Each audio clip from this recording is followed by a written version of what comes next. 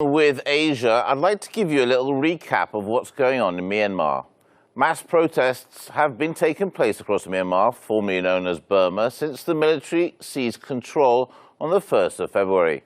Elected leader Aung San Suu Kyi and members of her National League for Democracy (NLD) party are among those detained. Dozens of protesters have been killed, but why has this happened now? Elected leader Aung San Suu Kyi won the general election by a landslide. The armed forces had backed the opposition, who were demanding a rerun of the vote, claiming widespread fraud. The Election Commission said that there was no evidence to support these claims. The coup took place as a new session of parliament was set to open. Aung San Suu Kyi was arrested on a number of charges, including the possession of walkie-talkies, not following COVID-19 restrictions protocol, and publishing information that may cause fear or alarm. Who is in charge now? Military Commander-in-Chief Min Aung Hlaing, and he has declared a year-long state of emergency. The military says it will hold a free and fair election once the state of emergency is over. How have the people reacted? Protesters include teachers, lawyers, students, bank officers, and government workers. The military has imposed restrictions, including curfews and limits to gatherings. Security forces have used water cannons, rubber bullets, and live ammunition to try to disperse protesters. But what is it really like on the ground? We're joined with Kyaw Win, Executive Director, Burma Human Rights Network. Hello, sir. Thank you for joining us. Thanks for having me today. So I just wanted to give a recap to our viewers of what's been going on, but you have more, internal information for us. I mean, we've heard about the CRPH. That's the sort of the most sort of recent news that we've been listening to a lot of these days. But can you tell us more about them? Are the people behind them? Is this a positive way forward? Yes, CRPH consists of the member of parliament, those who are recently elected by in the election. They are now formed. They are consist of all the MPs and also the minority groups. And the policy of CRPH, which I so far communicated to us, is very very encouraging. And they are focusing on ethnic minorities for the unified government, and also they are reaching out all the including Rohingya. They are trying to reach out the Rohingya, and they are saying that we need to recognize the Rohingya, their plight, and these people have suffered because of the previous poor policies and wrong strategies. So this seems that they are very strong support, getting stronger support, not only from ethnic majority Burma population, but also from the minorities and ethnic minorities as well. But important point here is, what are they going to offer and how solid it is? How can they assure that there won't be U-turn again? That's the important point here. Yeah, that's very important indeed. And we've heard countless reports day in, day out of more and more deaths being reported. Are the people able to do anything in retaliation, or are they just having to deal with what they have to deal with? I would like to highlight that who is this military is. This military was born during the World War II by Japanese fascist military that time. But Japan is now a totally different country. The military is totally changed. Mm-hmm. But unfortunately, the Burmese military remain the same fascism. They practice that, they believe in this. And they have a supremacist mentality. So what they are, as you see that the way they are treating with the other minorities, they have a motto that kill all, burn all, and destroy all. That's what they do. So they used to do with the ethnic minorities. Now they are same way, they are killing, like, in one day, in Sunday, they kill more than 50 or 80, nearly 80 people. So these are all civilian, peaceful protesters. And they are deploying snipers against these peaceful protesters. So actually what's happening in Burma is not just a coup. This is a fight between democratic, peace-loving civilians and against the fascist military. Yeah. So are you saying that the actual part of the army that's doing the attacking or the killing is different from the army, the main military that's taken over as a coup, or I mean, are they different factions? Is that what you're saying? No, they are the same. They are They're the led same. by General Min Aung Hlaing, who has been accused for committing genocide against the Rohingya people by the Right. UN. So Yeah. this is the person, the general who committed international crime is not in charge. The coup, but the CRPH has declared they are the terrorist group. So they are not recognized as the military of Burma, because the military should protect the people, not killing the people. Yeah, no, very, very much true indeed. And I mean, the protests are continuing. They're trying to be peaceful. I've heard that some strikes have been going on as well. Like people are not going to work. Is that the case also?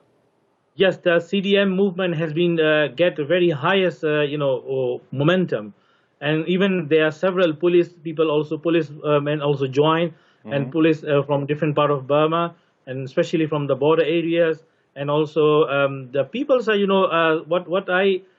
what I must say that this is very encouraging, not only encouraging, but it should recognize as a that for their bravery. They are aware that they are going to be killed, but yet they are not committing violence.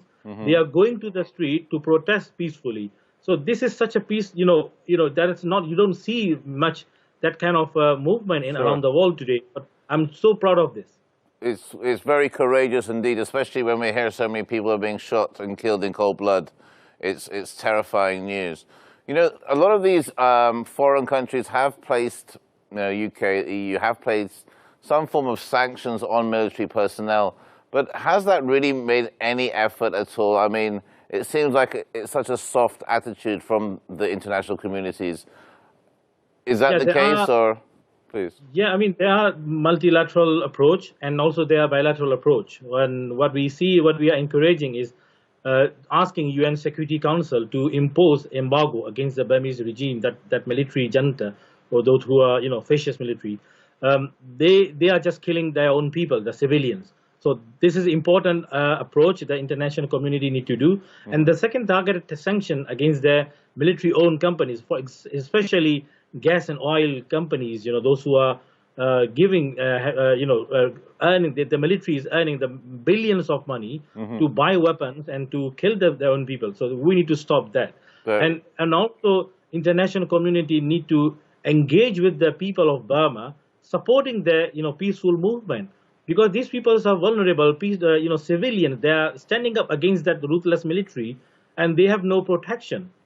So that's important that in international community, whether is it multilateral or bilateral, immediately need to, individual country need to, respond with the help and support to these people, not just issuing the statements and the verbal support. They need some ground support is very crucial now. You're absolutely right. Has there been any attempt for humanitarian aid to get into Yangon or into the capital, or no, is everybody just staying well apart, away from it all? There are highly shortage of medics, medicine supplies, and ambulance is highly shortage. And what the military is doing, and we have collected some evidence, they are destroying and burning all the ambulances, whatever they find, on the way. When the military trucks are, going roaming around the city, and when they find ambulance, they also burning, and we have evidence for that.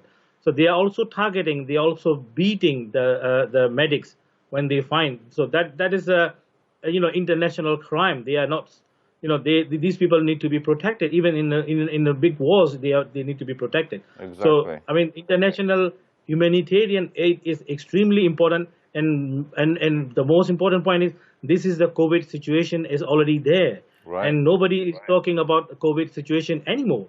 And that's really surprising me and also worry me as well, because the people have they are facing worse virus than COVID-19, the fascist military. Absolutely, absolutely. They've got COVID-19 to deal with. Possibly many are not working, possibly hungry, and they're out on the streets fighting for their their civil rights. I have one more question for you, sir. How are China involved? I mean, we've heard some Chinese factories have been attacked. How are China involved in this? I know they're probably backing the military, but if you could just let us know. Well, there are a lot of theories coming out that we've been reaching out to the local community, because before that, you may have seen that on even Twitter and on the social media, there's accusation going on that the Chinese media, state-owned media, is accusing us that we are igniting actually the local people who are very much upset with the Chinese in supporting defending that fascist military against the people of Burma. So they said that if any people will killed by the military, we'll burn one Chinese factory. So there are some, even I myself interpreted that post on social media. But the Chinese media is accusing us that we are igniting that. Actually, they are the one who supporting the military and igniting the anger among the people. But we are well aware that we need to protect Chinese community in Burma, those Chinese people, those who are living in Burma for doing business. We will protect them. We will defend them at any cost. We are not touching them. But the military, why the factories has burned? There are a few theories coming out. The military, they are from the day one, they are sending thugs to residential areas and industrial areas for the arson attack. This could be by the military. And there are several evidence that they have been doing, and people has been red-handed, arrested by the people, local people. But another one theory come up, which really shocked me. That yesterday I obtained one video clip that the Chinese factory owner who burned himself that factory to claim the insurance. Wow! Because the business is going to bankrupt and not going so well.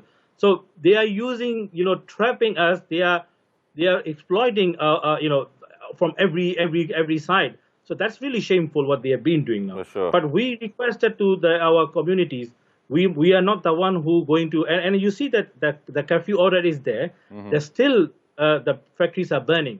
So that is a very question on the military side. Why they are burning down? Because they are the one who controlling that township, that industrial zone, and they imposing the martial law, and nobody dare to go out to there, and they are killing them, shooting them, and on the request of China, they are killing the people. So the military control that area. The factories are still burning there, and the China is requesting a illegitimate military, those who overthrow the democratically elected government, and that is how they are recognizing that military. So China is now need to see the foreign policy, to review the foreign policy, which is clearly breaching international norms. It's clearly, and they are of course interfering our internal matters. It's terrible, terrible news.